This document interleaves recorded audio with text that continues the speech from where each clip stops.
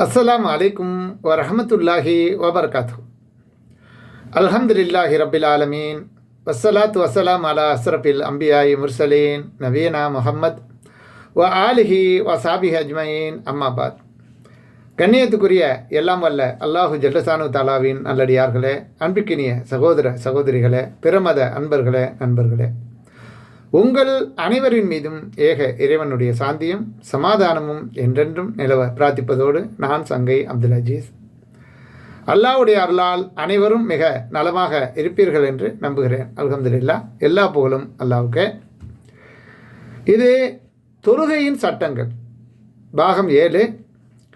தனியாக தொழுதால் பாங்கும் இகாமத்தும் அவசியமா என்பதை பற்றியும், இன்னும் நாம் பள்ளியில் இகாமத் சொல்லப்பட்டவுடன் நம்ம அந்த நிற்கிற முறை இருக்கு இல்லையா, அவைகள்லேயும் நிறைய தவறு செய்கிறாங்க. அவைகளை பற்றியும் சரியாக சில விளக்கங்களை இந்த காணொலியில் பார்க்க இருக்கிறோம் இன்ஷா அல்லாஹ். இதில் தொழுகை என்பது யாருடைய கண்டுபிடிப்பும் கிடையாது. நம்ம முன்னோர்களுடைய கண்டுபிடிப்பா இல்லை, நபிமார்களுடைய கண்டுபிடிப்பா அதுவும் இல்லை. அல்லாஹு ரப்புல் ஆலமீன் மெஹராஜ் பயணம் நீங்கள் எல்லாம் கேள்விப்பட்டிருப்பீங்க. நபி ஸல்லல்லாஹு அலைஹி வஸல்லம் அவர்களை ஒரு இரவில் மஸ்ஜிதுல் ஹரமிலிருந்து மஸ்ஜிதுல் அக்ஸா என்று சொல்லக்கூடிய அந்த பலஸ்தீனத்தில் இருக்கக்கூடிய பைத்துல் முகத்தஸ் வரலையும் அல்லாஹ் அழைச்சிக்கிட்டு போனான். ஜிப்ரீல் அலைஹிஸ்ஸலாம் அழைச்சிக்கிட்டு போனாங்க. அதன் பிறகு அங்கிருந்து 7 வானத்தையும் கடந்து அல்லாஹ்விடம் போய் சில இதுகளெல்லாம் வாங்கிட்டு வந்தாங்க. அதில் தொழுகை கடமையாக்கப்பட்டது ஒன்று. அப்படி அந்த தொழுகை கடமையாக்கப்பட்டதில் மூசா அலைஹிஸ்ஸலாம் அவர்களை எடுத்து காட்டி, முதல்ல அல்லாஹ் 50 வக்து தொழுகையை கடமையாக்கி அனுப்புவான். அதை மூசா அலைஹிஸ்ஸலாம் அவர்களை அவங்கள்ட்ட எடுத்து காட்டி அவங்க நேராக பார்க்குறப்ப அல்லாஹ் அவங்களுக்கு என்ன கடமையிட்டிருக்கிறாங்கிற விவரத்தை கேட்கும்பொழுது அல்லாஹ் 50 வக்து தொழுகையை கடமையாக்கியிருக்கிறான்னு சொல்கிறாங்க. இதற்கு உன்னுடைய உம்மத்து அது சக்தி பெற மாட்டாங்க, நான் படாத பாட்டு பட்டிருக்கிறேன் என்னுடைய பனி இஸ்ராயல்கிட்ட, அதனால் அல்லாஹ் இடத்துல நீ போய் குறைச்சி கேளுன்னு கேட்பாங்க. அவங்க ஒவ்வொரு முறையும் சொல்லி அனுப்பி 50 40 40 30 30 20 20 10 ஆகும், கடைசியாக 5 ஆகும். திரும்ப 5 வாங்கிட்டு வரும்போது அவங்க சொல்லுவாங்க இன்னும் போய் குறைச்சி கேளுங்க. இல்லை அல்லாஹ் இந்த 50 நேரத்துக்குரிய அந்த வக்துக்குரிய நன்மையை 5 தரேன்னு சொல்லியிருக்கான். இதுக்கு மேலும் நான் போய் கேட்க மாட்டேன், இன்ஷா அல்லாஹ் நம்ம சக்தி பெறுவாங்க என்னுடைய சமாத்தை அப்படின்னு சமூகத்தார் அப்படின்னு சொல்லுவாங்க. இதை ஏன் நான் உங்களுக்கு கடமைப்படுத்துகிறேன்னா, இப்போது இந்த சமயத்தில் கடமையாக்கப்பட்ட இந்த தொழுகை என்ன அடுத்த நாள் காலையிலேயே தொழுதாங்களா ஃபஜ்ரே? இல்லை. ஏன் கடமையாக்கப்பட்டிருக்கு, எப்படி தொழுகணும் அது அல்லாஹ்விடத்திலிருந்து இன்னும் செய்தி வரவில்லை. ஏன்னா பிறகு ஜிப்ரீல் அலைஹிஸ்ஸலாம் முதல் நாள் தொழுகை காட்டுறாங்க 5 வேளையும். அது எப்படி அந்த முதல் நேரத்தில், 2வது நாளில் அந்த நேரத்தின் ஒவ்வொரு வக்துடைய முடிவு நேரத்தில் தொழுது காட்டினாங்க. அப்போ தொழுது காட்ட வேண்டிய அந்த முறைகள் அனைத்தையுமே எப்படி நிற்கணும், எப்படி உட்காரணும், எப்படி குனியணும், அனைத்து விஷயம் என்னென்ன ஓதணுமோ இவையெல்லாம் அல்லாஹ்வின் புறத்திலிருந்து ஜிப்ரீல் அலைஹிஸ்ஸலாம் அவர்கள் கற்றுக் கொடுத்ததை தான் அல்லாஹ்வின் தூதர் ஸல்லல்லாஹு அலைஹி வஸல்லம் அவர்களிடமிருந்து கற்றுக்கொண்டு என்னை எவ்வாறு தொழ கண்டீர்களோ அவ்வாறு நீங்களும் தொழுங்கள் என்று இந்த உம்மத்துக்கு, இந்த சமுதாயத்துக்கு அண்ணன் நபி ஸல்லல்லாஹு அலைஹி வஸல்லம் அவர்கள் நமக்கு ஆணையிட்டார்கள், கட்டளையிட்டார்கள். அப்படிப்பட்ட இந்த தொழுகையை நபிகள் நாயகம் ஸல்லல்லாஹு அலைஹி வஸல்லம் அவர்கள் எப்படி தொழுதார்கள் என்பதை முதலாக ஒருவர் தொழுகையை ஆரம்பிக்கப்படும் பொழுது தெளிவாக கற்றுக்கொண்டு அதன் பிறகு தொழுகிறதுக்கு முயற்சி செய்ய வேணும். மதரசா நடத்தக்கூடியவர்கள் கூட இதுக்கு முக்கியத்துவம் கொடுக்கறதில்லை. உட்கார வச்சுட்டு 10-15 பிள்ளைகளை வச்சுக்கிட்டு அலிப்பு பாங்னு சொல்லி அதுகளை சொல்லி காட்டுவாங்களே தவிர என்ன சொல்ல மாட்டாங்க, தொழுகையில் இப்படி நிற்கணும், இப்படி உட்காரணும், என்னென்ன இதில் ஓதணும், இதுக்கு என்னென்ன அர்த்தம், இப்படி எங்கேயாவது நடக்குதா? இல்லை. அதனால் வயதானவர்களுக்கும் கூட சரியான முறையில் அந்த தொழுகை முறை தெரியல. ஒவ்வொரு நாட்டவர்களையும் இங்கே சவுதியில் இருக்கக்கூடிய நாங்கள் பார்க்குறோம்ல, பல நாட்டவர்கள் ஒரு பள்ளிவாசலில் ஒரு நேரத்தில் தொழும்போது 100 பேர் தொழுகிறாங்கன்னா 100 விதமாக இருக்கும் அவங்களுடைய நிற்கிறது, குனிகிறது, உட்கார்றது, கையை கட்டுறது எல்லாம். இது எப்படி ஒரு தூதரை பின்பற்றதாகும்? இது எப்படி ஒரு குரானை வேதமாக ஏற்றுக்கொண்டதாகும்? சிந்திச்சு பார்க்கணும். அதனால் சில விளக்கங்களை இதில் நம்ம குறிப்பிடுறோம். தெளிவாக கேட்டு அதன்படி செயல்பட முயற்சி பண்ணுங்க இன்ஷா வாங்க காணொலிக்குள்ளே போகும். அதாவது தனியாகவோ ஜமாத்தாகவோ வீட்டில் கடமையான தொழுகையை தொழுதால் அதற்கு பாங்கும் இக்காமத்தும் சொல்ல வேண்டுமா என்பதை பற்றி தான் இந்த காணொலியில் நம்ம அறிந்து கொள்ள இருக்கிறோம். பாங்கும் இக்காமத்தும் கடமையான தொழுகைக்கு அவசியம் என்று நபிமொழிகள் ஏராளமாக இருக்கின்றன. அதை சரியான முறையில் நாம் புரிந்து கொள்ள வேண்டும்.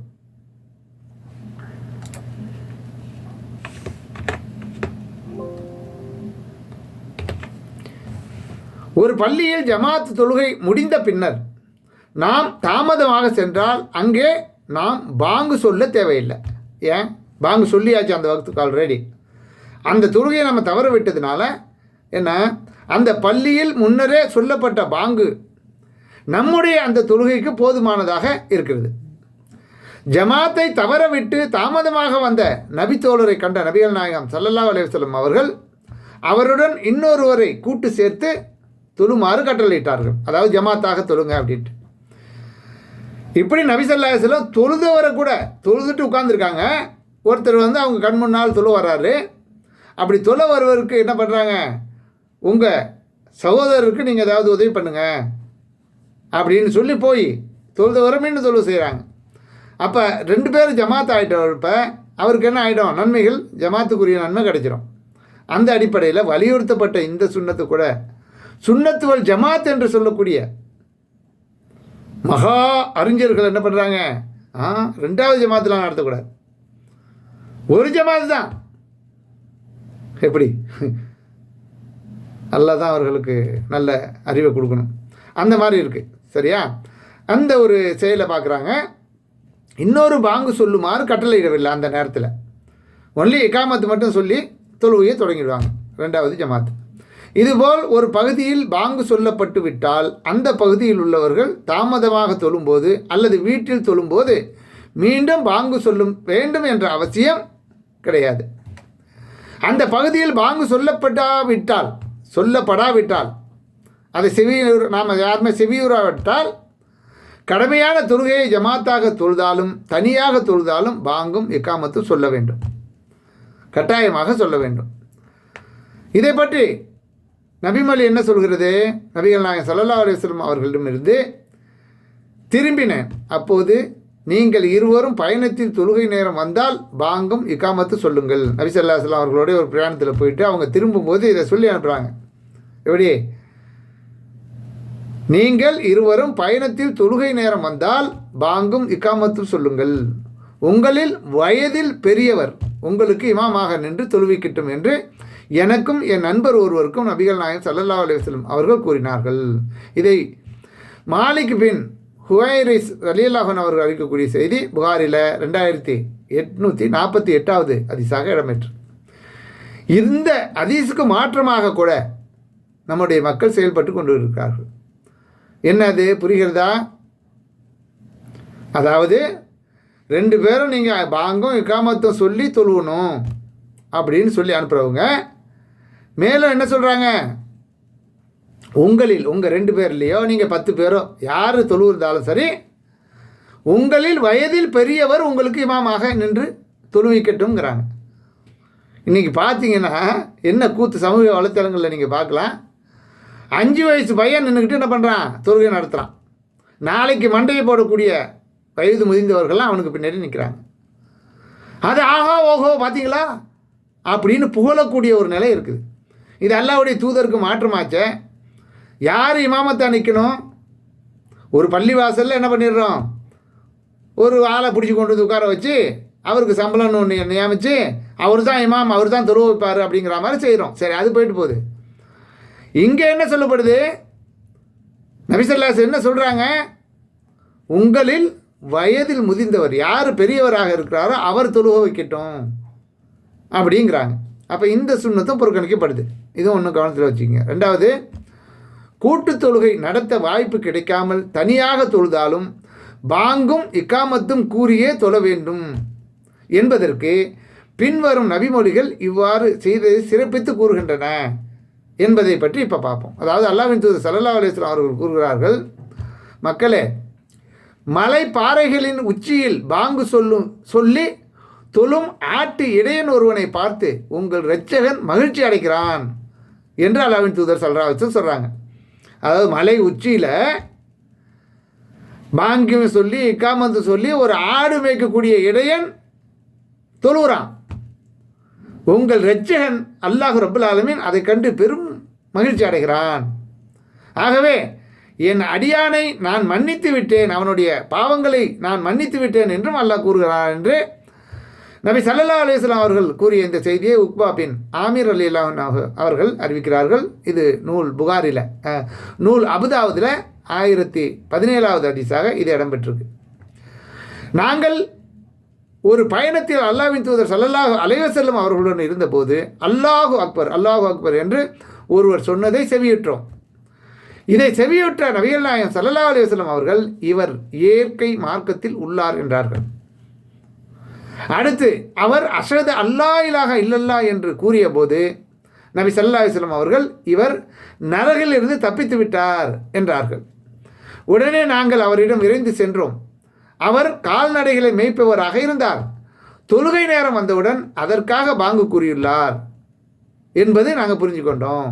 இதை அறிவிப்பவர் அப்துல்லா பின் மசூத் ரலியல்லாஹு அன்ஹு அவர்கள் நூல் அகமதில் 3667வது ஹதீஸாக இது இடம்பெற்றிருக்கு. தொழுகை வரிசைகளில் இடைவெளியின்றி சேர்ந்து இருப்போருக்கு கிடைக்கும் அல்லாஹ்வின் அருள் பற்றிய ஒரு செய்தியை நம்ம கவனமாக புரிந்து கொள்ள வேண்டும். அதாவது தொழுகை வரிசையில் இடைவெளியின்றி சேர்ந்து இருப்போருக்கு, அதாவது அல்லாஹ்வின் தூதர் ஸல்லல்லாஹு அலைஹி வஸல்லம் அவர்கள் கூறினார்கள், தொழுகை இகாமத்து சொல்லப்பட்ட உடனே அந்த வரிசை எவ்வாறு அமைய வேண்டும்.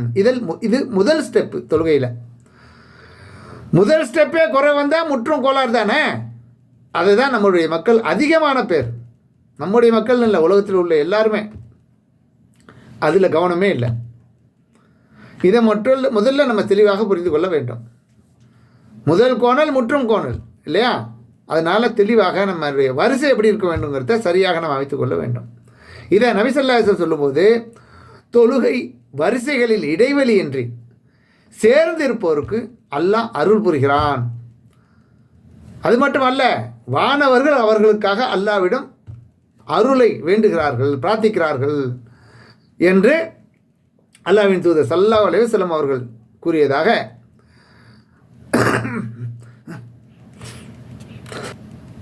அல்லாஹ்வின் தூதர் ஸல்லல்லாஹு அலைஹி வஸல்லம் அவர்கள் கூறியதாக அன்னை ஆயிஷா ரலியல்லாஹு அன்ஹா அவர்கள் இப்னு ஹுசைமா ஆகியோர் அறிவிக்கக்கூடிய செய்தி இப்னு ஹுசைமாவில் 1550 ஆகிய ஹதீஸ்களில் இது இடம்பெற்றிருக்கு. 1550 இப்னு ஹுசைமா என்ற நூலில் இடம்பெற்றிருக்கு. இதை அறிவிக்கக்கூடியவர் அன்னை ஆயிஷா ரலியல்லாஹு அன்ஹா அவர்கள். மேலும் அல்லாஹ் ரப்புல் ஆலமீன், அதாவது அந்த விஷயத்தை விலக்கி சொல்வதற்கு முன்னால் அல்லாஹ் ரப்புல் ஆலமீன் 107வது அத்தியாயம் 4லேருந்து நீங்கள் பார்க்கலாம், 7 வரலையா என்ன சொல்கிறான், தமது தொழுகையில் கவனமற்று தொழுவோருக்கு கேடுதான் என்று அல் குர்ஆன் 107 4லேருந்து 5 ஆகிய வசனங்களில் அல்லாஹ் சொல்லி காட்டுறான்.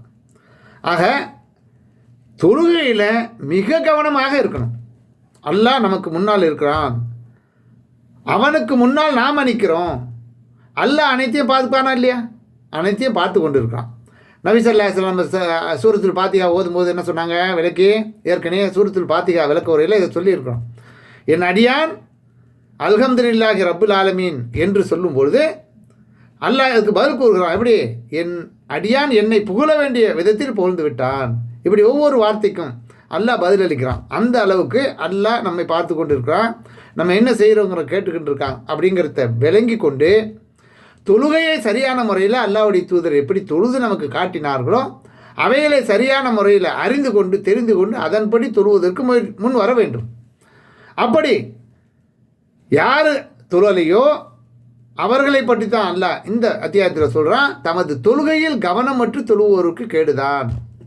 ஏன்னா தொழுகைத்தானங்க உலகத்தில் உள்ள எல்லா செயல்களுக்கும் நமக்கு பாடமாக படிப்பினையாக அமையுது. தொழுகையில் உள்ள அனைத்து செயல்களையும் பார்த்தீங்கன்னா ஒரு மனிதன் இந்த உலகத்தில் எப்படி வாழணுங்கிற அனைத்து விதமான செயல்களும் அதில் சொல்லப்பட்டிருக்கு. இல்லைன்னா நம்மளுடைய தொழுகை அல்லாவுக்கு என்னத்துக்கு? அல்லாஹ் இந்த தேவையமற்றவன். இந்த தொழுகையின் மூலமாக ஏராளமான நன்மைகளை நமக்கு அடக்கி வைத்துள்ளான். பாடம் அதில் இருக்குது. இது ஒரு பயிற்சி வகுப்பு தொழுகை என்பது. அதை கவனமாக நம்ம சிந்தனையில் ஏற்றி தெளிவான முறையில் தொழுகை வரிசைகளில் முதலாவதாக இருக்கக்கூடியது நம்ம சரியாக அமைத்து கொள்ள வேண்டும். என்ன செய்வாங்கன்னு கேட்டிங்கன்னா, எல்லாரும் முன் சப்பில் முதல்ல நிற்கும்போது, ஒவ்வொரு சப்பும் நிற்கும்போது என்ன பண்ணுறாங்க, நெருங்கி நிற்கணும் இல்லையா? பலர் இதை அறிஞ்சு வச்சுக்கிறாங்க. நெருங்கி நிற்பாங்க. எப்படி ஒரு அளவுக்கு பல பேர் அதை கவனம் விட்டு இருப்பாங்க, அவங்கள விட்டுருவோம். சில பேர் விளங்கியவர்களை சரியான முறையில் விளங்காமல் என்ன பண்ணுறாங்கன்னு கேட்டிங்கன்னா, நம்மளோட ஒட்டிடுவாங்க.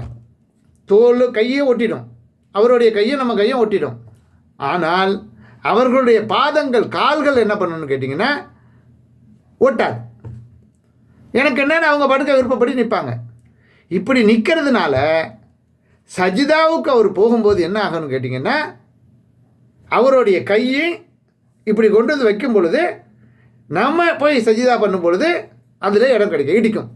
இந்த கையில் இடிக்கும், இந்த கையில் இடிக்கும். 2 பேரும் அப்படி நின்னாங்கன்னா, இப்படி இடிக்காமல் சமமாக சரியான முறையில் நம்ம அந்த தொழுகையை நிற்கிற அந்த முதல் ஸ்டெப்பை அமைத்து கொண்டோமே ஆனால் அது சரியாகிவிடும். எப்படி? ஏன்னா தொழுகையை நம்ம தொழுதுக்கிட்டு யார் நம்ம தக்பீர் கொண்டு தொழுதுட்டோமோ, ஏன்னா ஆரம்பத்திலேயே அதை சரி பண்ணிடணும். எப்படி நிற்கிற முறையை அப்படி நின்றுட்டோம்னா நம்மளால் அடுத்த ஆளுக்கு லெஃப்ட்டில் உள்ளவருக்கு எந்த ஒரு, ரைட்டில் உள்ளவருக்கு எந்த ஒரு டிஸ்டர்பும் இருக்காது, லெஃப்ட்டில் உள்ளவருக்கும் எந்த ஒரு டிஸ்டர்பும் இருக்காது. நம்ம கை போய் இடிக்காது, அவர் பாட்டுக்கு அவர் வேலையை செய்வார். அப்போ தொழுகையில் என்ன பண்ணக்கூடாது, டிஸ்டர்ப் பண்ணக்கூடாது. இடிக்கிறதோ தள்ளுறதோ முட்டுறதோ இந்த மாதிரி வேலைகள் எதுவுமே இருக்கக்கூடாது. நம்மளால் அடுத்தவருக்கு எந்த ஒரு தொந்தரவும் இருக்கக்கூடாது. ஏன்றால் அல்லாவும் அவர்களும் அவர் அல்லாவோடு உரையாடு கொண்டு இருக்கிறார். நாமும் அல்லாவோட ஒவ்வொருத்தரும் இதை பேணணும். இப்போ இதில் பிரச்சனை எங்கே வருதுன்னு நீங்கள் கவனிக்க வேணும். என்னன்னு கேட்டிங்கன்னா, இப்போ ஏறத்தாழ நம்மளுடைய இந்த கையை அளவுக்கு இங்கேருந்து இங்கே வரலையும் உள்ளத்துக்கு எப்படியும் 1.5 அடிக்கு மேலே இருக்கும் இல்லையா? இப்படி அளந்தோம்னா 1.5 அடி ஒரு அளவுக்கு வரும். ஆனால் நமக்கு தொழுகை விருப்பு எப்படி அளவு சொல்ல கேட்பாங்க வசூல் பண்ணும்போதெல்லாம் பள்ளிவாசலில், அதாவது 2 அடி அகலமும் நீளம் 4 அடியும் வைப்பாங்க, ஒரு ஆளுக்குரிய தொழுகைக்குரிய இடம்னு சொல்லி. இதை சரியாக கவனத்தில் வச்சுக்கோங்க. இதில் நம்ம கரெக்டாக நிற்கும் பொழுது எந்த அளவுக்கு நம்ம பாடி இருக்குதோ அகலம், நம்ம இப்படி நின்னோம்னு சொன்னால் இந்த கையில் இன்னொரு கை ஒட்டுது இல்லை, அப்படி நிற்கப்படும் பொழுது காலும் அந்த அளவுக்கு அவருடைய காலும் நம்மளுடைய காலும் சரியாக ஒட்டி இருக்க வேண்டும். அவங்க ஒட்டாமல் நின்றாங்கன்னா இடையில இந்த பக்கம் 1/2 அடி, எங்கள் லெஃப்ட்டில் இருக்கிறவருக்கு இவருக்கு அடைக்கி 1/2 அடி உள்ளே நிற்பார், அதே மாதிரி அங்கேயும் 1/2 அடி உள்ளே நிற்பார். இவர் என்ன பண்ணுவார்னு கேட்டிங்கன்னா, காலோடு கால் ஒட்ட மாட்டார். ஆனால் அவர் சஜிதாவுக்கு வரும் பொழுது அந்த 1/2 அடி நம்மளுடைய கையை வைக்கிறதுக்கு இடைஞ்சலாக இருக்கும். சஜிதாவில் நம்ம அப்படி உட்காரும் பொழுது என்ன பண்ணோம், இங்கே அடிக்கும், இங்கே இடிக்கும். சரியா? அது மாதிரி உட்காரும்போது என்ன பண்ணுவாங்க, அந்த முட்டுக்கால்கள் இப்படி விரிச்சுக்கிட்டு உட்காருவாங்க, அடுத்தவருக்கு டிஸ்டர்பாக இருக்கும். சரியா? இவைகளை சரியான முறையில் கவனத்தில் கொள்ளுங்கள். இது முதல் ஸ்டெப்பு. சரியா? முதல்ல சரி பண்ணிட்டீங்கன்னா அதுக்கப்புறம் உள்ள அனைத்தையுமே நீங்களே சிந்தித்து தெளிவாக சரி பண்ணிக்கொள்ள முடியும். அதனால் உங்களுடைய பாடி எந்த அளவுக்கு அகலம் இருக்குதோ அந்த அளவுக்கு உங்களுடைய காலையும் விரித்து வைங்க. அதான் உங்களுக்குரிய இடம். அப்போ அடுத்தவர் உங்கள் காலை தாண்டி உள்ளார வர முடியாது. சரியா? அதனால் அவர் உங்களுக்கு அவருடைய முட்டு கால்களாலேயோ இந்த முட்டு கைகளாலேயோ சஜிதா பண்ணும்போது கீழே இடைவெளி வராது. நம்ம போய் அவரை இடிக்க மாட்டோம், அவர் கை இங்கே இடிக்காது, சரியாக இருக்கும். 2வது, ஒவ்வொருத்தரும் இன்னும் கவனத்தில் கொண்டு சஜிதா பண்ணும்போது கையை இப்படி விரிச்சிக்கக்கூடாது.